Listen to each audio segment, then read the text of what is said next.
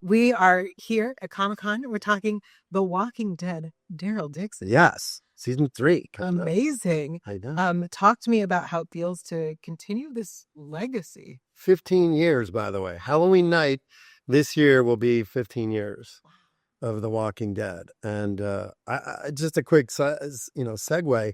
It's been a big year of anniversary. So Day of the Dead, my first movie, 40 years old. Jaws, 50 years old. I produced a documentary with Laurent Bouzereau called Jaws at 50. It's like the definitive story.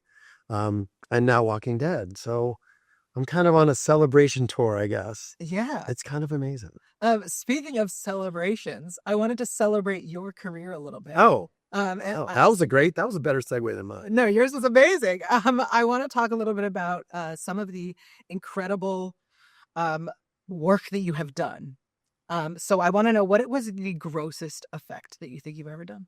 The grossest? Okay. I did a movie called Dr. Giggles that Manny Cotto directed. It was a Dark Horse Comics, and Larry Drake was in it.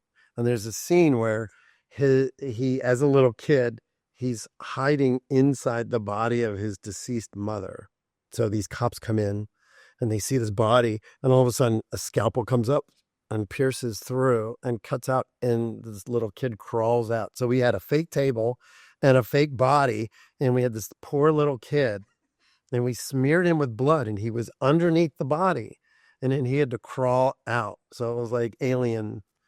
I remember looking at Gino Crognali, who was my working with me on the show, and Manny, and we just were like, well, what are we doing? We're going to hell. It was such a disturbing moment. It was just wild. That's very weird. Yes, Dark Horse Comics, Dark Giggles. What was the most surprising household object you have used? We use a lot because a lot of times you just grab what you have. I think like sometimes, we use ping pong balls for Monster Eyes sometimes, and you just grab stuff. Food is a big thing. Because when you go up to the craft service table and you're like, we need stuff for zombies to eat. It was, I think on season 5, like when Carol blows up Terminus and all the zombies are eating all the people. And we're like, okay, we got to have zombies eating. And we bought barbecue. And we had all the zombies eating barbecue. And we didn't realize that there's a ton of vinegar in the barbecue sauce. So all the makeup started coming off, all the zombies. And they were happy, except for the one vegetarian who was like, just so you know, I haven't eaten meat in 20 years. And I was like, why didn't you tell me? So, a lot of times we have to be creative. Okay. What is an effect that you couldn't do? I think when we did Spawn, we built this amazing hydraulic puppet of the Violator. It was sort of on par with the T-Rex from Jurassic Park. And the director was like, I'd love it to take a couple steps across the set. And I'm like, we can't really do that. I mean, we can't build something that can walk on its own power. We can simulate it, and we have in the past. There was I'll tell you a great story. I worked on this movie called Eraser. Chuck Russell directed Arnold Schwarzenegger movie. He's being chased by bad guys and James Caan, and they're in this big aquarium with alligators swimming around. And Arnold shoots the windows, and all these alligators swarm out and eat all the bad guys. It was really fun. Had a great time. Shot it at Universal. And the director comes up right before we're ready to shoot and says, these animatronic alligators were like 800 pounds, 1,000 pounds each. And the director comes up and goes, hey, can I get that alligator to walk like 5 feet?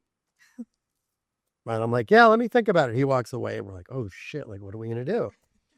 So one of the guys said, well, I have one of those little creeper dollies in my car that, that mechanics use to slide in and out under the, what if we put the alligator puppet on top of it, we bolt it down, we put a little cable in the front, and we can pull it. And while we're pulling it, we can puppeteer the front legs. And we're like, great. So we did it, and we figured it out. And the shot came up, and the director yelled action, and we did it, and it looked like he was walking. And the ILM guys later hired us to do Spawn. because they're like, we love that you didn't say no. So, in answer to your question, we really try not to say no. What we try to do is come to the director or the producer with alternatives and say, I can give you this, this, this, and this. And most of the time they'll be like, yeah, that'll work. And they figure it out. Amazing. Yeah, it's fun. It's that kind of like, you got to think on your feet. And being on movie sets a lot of times is really just about, you can't anticipate, you try to anticipate it, but like every time you do a blood gag, I'll tell you another story. I'm telling stories today. Great. All right, season 1 of The Walking Dead, Emma Bell, who plays Amy, gets bit in the arm, Andrea's sister. So we rehearsed it. The door of the RV opens, and the door opens this way, and I played the zombie, and I come around the back and I bite the arm, and we rehearsed, and so we put a prosthetic on her arm, and I said, okay, so as soon as I bite, scream as loud as you can, because you're not going to feel it because there's silicone prosthetic over top of it. I said, just go for it. And I said, and I'm going to keep biting until they say cut. I'm not just going to bite once. So we get all set up. Cameras are rolling. She opens the door. She says something. I come around and I bite her, and I'm ripping, and blood is spraying, and I don't hear her screaming. And I'm like, I told her to scream. She didn't scream. So I'm like kind of pinching her. And then I go in for another bite, and I'm just like shredding. There's blood pouring out of her arm. And after about 5 seconds, which was a long 5 seconds for me, blood curdling scream. Director yells cut, and I'm like, are you okay? What happened? She said, I looked down, and all of a sudden there was a hole in my arm and blood was spraying out. And I went into shock. Like, she knew, but her brain said, that's not right. Something weird is there. So you try to anticipate. You work with the actors, and you work with special effects and directors and everything. And, filmmaking is one of the most amazing experiences, because you have all these creative people around, and you come up with stuff. And, to be really honest, it was way more fun before digital effects, because if you look at a movie like Aliens, it was all practical, and you had to figure out how to do it all. I'll let you ask another question now. No, this is great. I want to know, what was your first effect? My first movie was Day of the Dead. And I got hired. I was friends with George Romero. I grew up in Pittsburgh, and met Tom Savini when he was building everything for the original Creepshow. So I got hired as Tom's assistant. So my job was to look at resumes, hire the crew. And when we got to be on set, I would be there pumping blood and building all the squibs, like all the zombies that got shot in the head. I made all those squibs. I'd never made squibs before.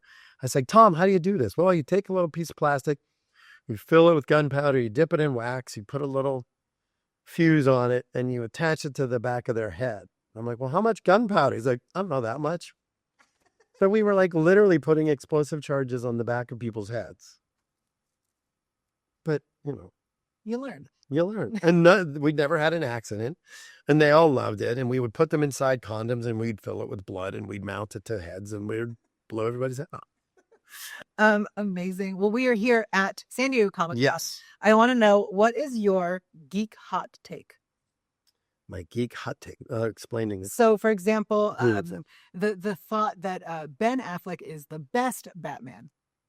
That is a hot take. Is it?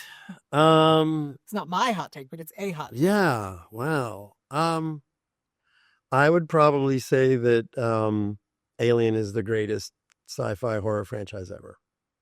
Good one. That would be mine. Can you recommend us one sci-fi or fantasy movie that not enough people have seen?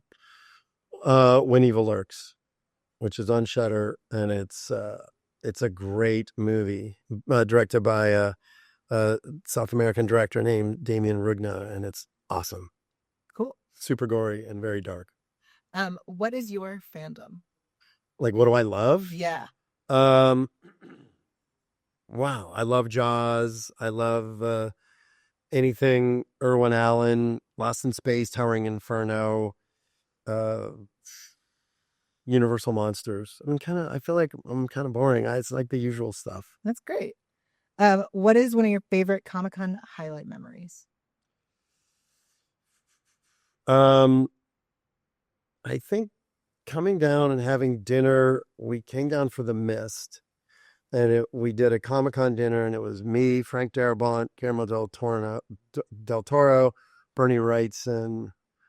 And I remember just sort of sitting at this table, looking around at all of these unbelievably talented people, and being just blown away that I would say that, and maybe the first Walking Dead panel when we came, because it was Andy and John and Sarah and Jeff DeMunn and Frank and myself, and they weren't Comic-Con people. Frank Darabont and I were Comic-Con people. We came many, many times. So to get out there and show the first trailer, and the response that we got for the first trailer that was amazing. 15 years. And what is something you would camp out for Hall H for? George Lucas, Mm. probably. Well, I think you get the opportunity to do that. Yeah, I know. I already called Jeremy. I'm like, hey, when are you coming down? Maybe I could sneak over and say hi before that. But I have to leave, so I won't even be here. Well, thank you for making time for us. Yeah. I saw George Lucas, but I'm close. No, this was awesome. But wait, real quick before I run away. Yes. I want to talk real quick about, I have a show coming out Yes.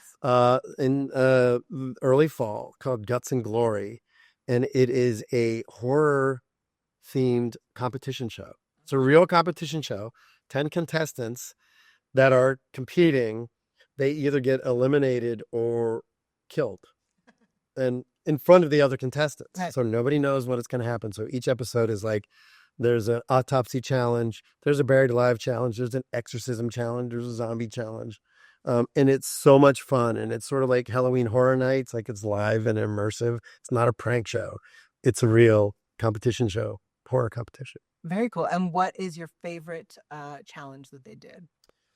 I think the exorcism challenge, because I kind of wanted to hit every sort of little genre key.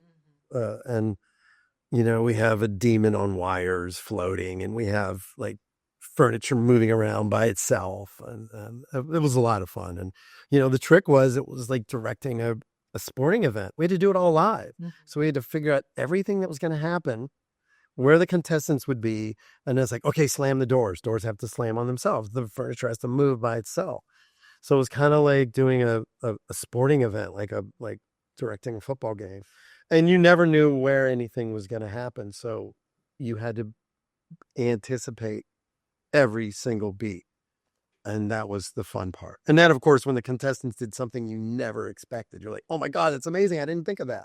So it's really, really fun. It's going to be on Shudder and AMC Plus. And we had a blast doing it. Amazing. Thank you for telling Thank you. Yes, my pleasure.